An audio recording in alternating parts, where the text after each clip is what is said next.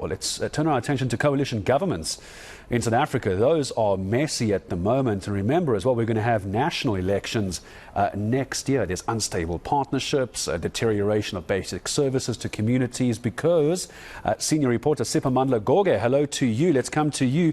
No one seems to be able to find each other. As soon as they start becoming bedfellows, someone says something that somebody else doesn't like, and then the services around our country fall apart. It's not a good look for next year's elections, is it?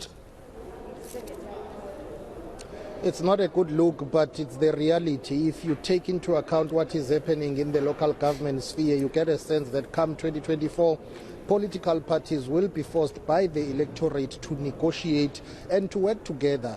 Do you call it coalition governments? Do you call it working agreements or arrangements or just partnerships? Whatever you call it, simply put, it means political parties will have to come together, negotiate, do horse trading, and then eventually have a deal that they will cooperate with each other. It's not a new phenomenon, not only in South Africa, it's been happening globally, but in the country, yes, it may be a new thing moving forward. But political analysts, experts, even leaders of political parties are pretty much alive to the idea and a huge possibility that they may be forced by the electorate to work together. Pardon us, if you see lights coming on and off, it's simply because the final logistics and preparations are underway here.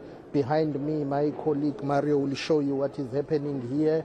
The final touches putting up of basically the branding, the labeling and the posters of various political parties that will be represented here, national ministers, premiers and all other stakeholders that will have to be involved in this national dialogue on coalition governments. Why do we have this national dialogue on coalition governments? Well, Professor Tyrone Pretorius from the University of the Western Cape will tell us more about that. Thank you very much, Prof, for your time. You are the host. You will also be playing a leading role in this program here. Why do we need this dialogue? What do we hope to achieve by having it? Good morning, and good morning to your viewers. Thank you. As you correctly point out, the University of the Western Cape is the host of this national dialogue, and we are very pleased to play the role of host. In the 80s and 90s, this university played a leading role in forging democracy, in fighting for democracy. In fact, we often say that the framework of our current constitution was drafted on this campus. So today we are also pleased that we can play a role in strengthening our democracy going forward. We all know as ordinary citizens that coalition governments at local government level are failing us, and it impacts on the ordinary South African in severe ways. And so today, as host of this, we are hoping, again as ordinary citizens, that all of the delegates coming together today would forge a framework and principles that would guide coalition governments going forward.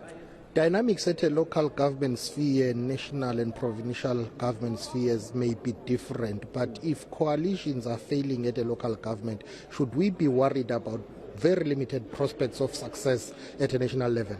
I think that's the purpose of this dialogue exactly. If indeed at national level we have coalition government, the platform must be laid here today of how that will operate at national and local government level. What will it take, though, to make it work, even though for now I wouldn't call it speculation, but it's just to psychologically prepare for that eventuality if and when it happens that we are forced into coalition governments? What will it take for it to work? And also let's look at other success stories, because coalition governments have worked in some countries. In South Africa, why are we struggling at a local government level? We are not talking about national yet. First of all, I'm not a political analyst. I'm merely a vice-chancellor that's acting as a host today.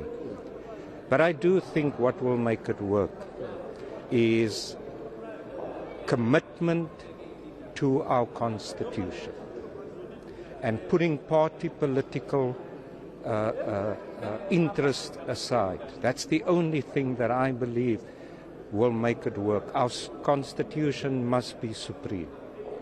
Are you hopeful that after this dialogue we'll see at least that spirit of working together? Political parties have got different interests, different constituencies. Are you hopeful that after the dialogue at least there will be what we call negotiating in good faith in the best interest of the country?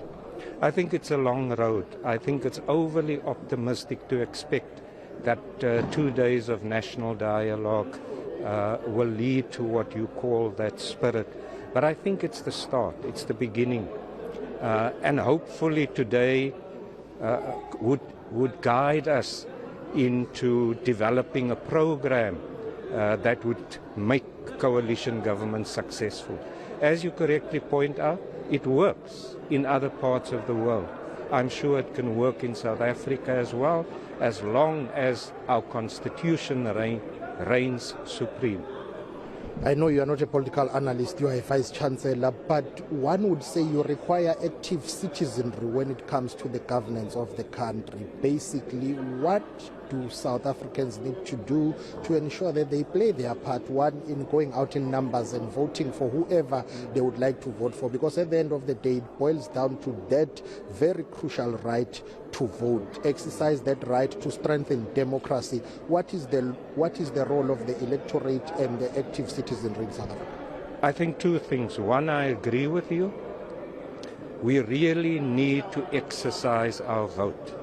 We fought for democracy. We should therefore sustain democracy by voting. But secondly, and more importantly, I think it's holding our politicians to account.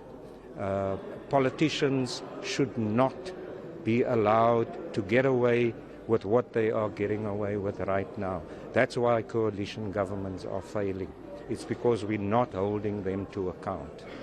Prof, thank you very much for your time. Let us release you. You've got a lot of work to do. Professor Tyrone Pretorius there, who is from the University of the Western Cape, the host university for this national dialogue on coalition governments.